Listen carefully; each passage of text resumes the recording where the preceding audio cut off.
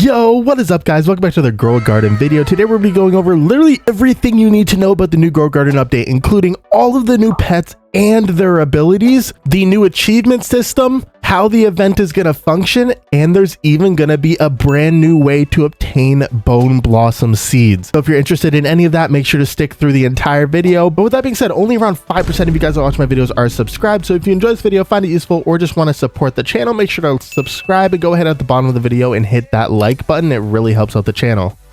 Okay, so as you guys probably already know, Grow a Garden has not been doing the best lately. A lot of the Grow a Garden players are really frustrated with the last two updates. They've been pretty boring. This cooking event is probably one of the most boring events we have ever had, and it's perfectly reflected in the player count, with the average concurrent players of today reaching about the same that it was in May. So that's obviously not an amazing sign, but Jendel's solution for this is a new era of Grow a Garden updates, which focus on adding more depth into the main game and more mechanics. Now, I think this is an absolute amazing decision on his part, and it's actually pretty well reflected in the new update that we're getting. We're not only getting a really cool event in the form of the Beantock Event, but we're also getting a lot of depth added in the form of achievements and the garden guide, as well as garden levels and garden fences. But let's first talk about the Beantock Event. If you didn't watch my last video, we basically figured out how the entire Beantock event works. However, between then and now, there was a YouTuber called It's Vexo who actually decided to leak the entire event by playing it. Now, he actually didn't do a great job at showing everything. I think he recorded this before he found out he lost his tester role, and then he threw a tantrum and uploaded the video. But in that video, you can actually see how the Beantock event functions a lot more. And basically, it's how we suspected. You go ahead and submit a certain kind of plant to the GAG NPC that is going to be in the middle of the map. The more plants that are submitted by the entire server, the higher the beanstalk grows. And once you help grow the beanstalk by 6, you can actually use a portal to teleport to the top instead of having to climb up. However, as you are climbing, you'll encounter orbs that you can actually collect rewards from. And then once you make it to the top, you'll see the new NPC where you can basically buy stuff from his shop. Now, I didn't really touch on this in my last video, but there is also a leaderboard for donating plants, and every hour when the beanstalk resets, as well as the type of plants that you need to donate resets, the leaderboard also resets with the top player earning a special reward. So there's definitely going to be some kind of strategy to this. I'm not sure if you should be playing in a private server, or if you should be using a ton of alt accounts in a private server, or what, but it seems like it's going to be a pretty interesting event and a pretty interesting one to figure out methods for.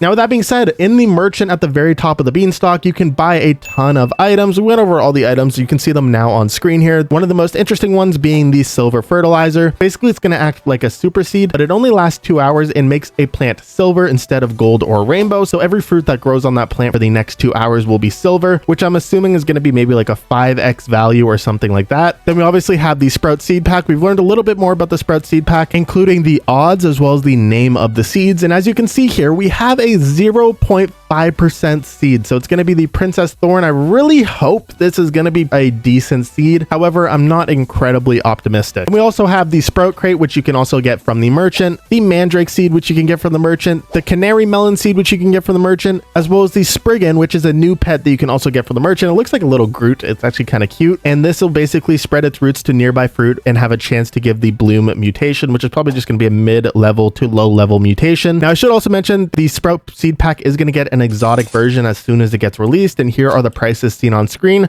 pretty similar to what the prices normally are.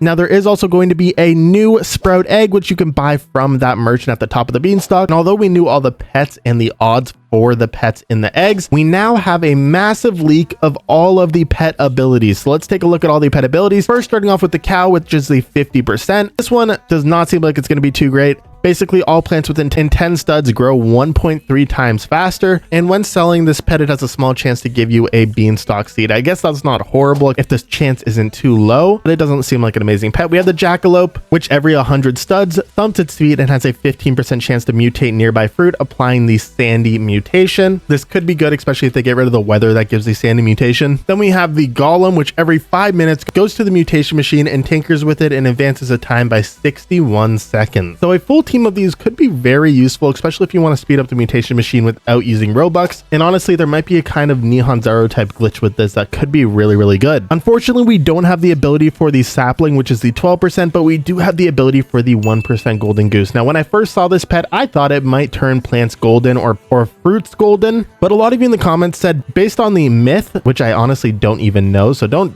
blame me for that, but you guys thought it might actually have a chance to turn an egg on your garden golden, which means it would hatch a golden golden mutated pet, which I think would not be a horrible idea for a pet, especially a 1% pet like this. However, we now have the ability, which is every 13 minutes, it lays a golden egg plant that starts with the fortune mutation. It can be harvested and mutates like other plants. Selling it may apply the fortune mutation to a fruit in your garden. Personally, I don't know how I feel about this. There is literally no way the golden eggplant is going to be better than a bone blossom or even better than the top seeds in the game. And it's possible the fortune mutation could have like a 100x multiplier, but I'm not sure how I feel about the recent trend of making the super rare pets just give a rare mutation. I think we need more functionality instead of only using it for a mutation and then just storing it in your inventory forever. For something like this, I really feel like it does need a secondary ability, like maybe a super small chance to turn an egg golden or even rainbow, as well as the mutation ability. But let me know what you guys think about this. I personally don't really like it.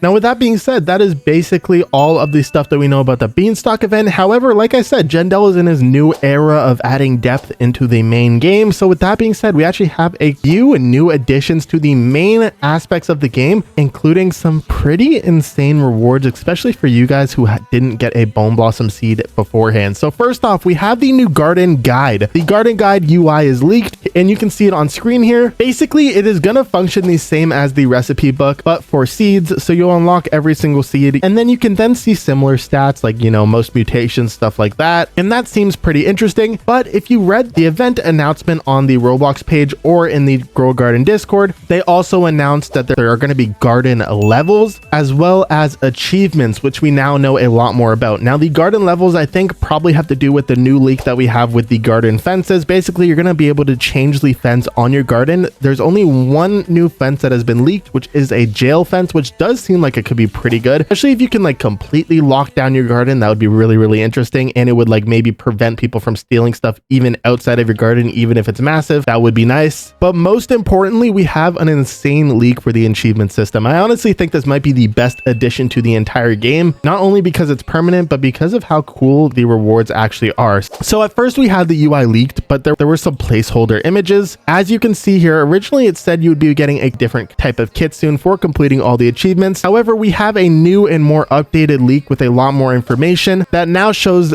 what I think to be the accurate rewards. So the grand prize, which makes a little more sense now instead of like a kitsune pet, is now a statue of achievement. Looks like it's just going to be a cosmetic, but it does look pretty interesting and might have like a really cool particle effect on it. However, you may have noticed on the bottom that you have prismatic achievements. Now these look like it's going to be the hardest achievements, which kind of makes sense because the rewards are really insane. So you can see here the rewards for completing all of the prismatic achievements are going to be a bone blossom seed. That's right. Even if you didn't play during the prehistoric event, you can now get the best seed in the game just by completing achievements, as well as a sprout seed pack, sprout crate, and sprout egg. Now, I'm not sure, maybe this will reset every single event because I don't know why they would have these sprout items as rewards. It would be really cool if they refresh the achievements every single event just to make it a little more challenging and a little more interesting. That actually might be a really great idea. However, I really do like the fact that the Bone Blossom is now not going to be completely unobtainable for all players, especially because they made it so essential for the first part of the cooking update, which really honestly was not fair. But I do hope the prismatic achievements are going to be actually challenging. Now, that is literally everything we know about the new event, which honestly is a lot more than usual. Not only thanks to that YouTuber that decided to leak things again, but also because of the Dawn Discord server, which actually gets some pretty accurate leaks most of the time. And once the game updates tonight in preparation for the update, I'm sure they will have a ton of more leaks. So go ahead and check out that Discord server. Let me know what you guys think about this update. I think so far it's looking like it's going to be an above average update. I still am really disappointed in the pets and their abilities. I think the last good update that we had with decent pets was probably the prehistoric update. Even the first part of the Zen update had some decent abilities, but the pets were like impossible to get. However, with the new kind of updates they seem to be doing in the new era that Jendel says he is focusing on, I think the game's future is still pretty bright and I'm excited to see where it goes. But with that all being said, the new update comes out in about 24 hours. And once it drops, I will definitely be focusing on finding the best methods, tips, and tricks for you guys. So make sure to like and subscribe. I hope you all have an amazing day and good luck gardening.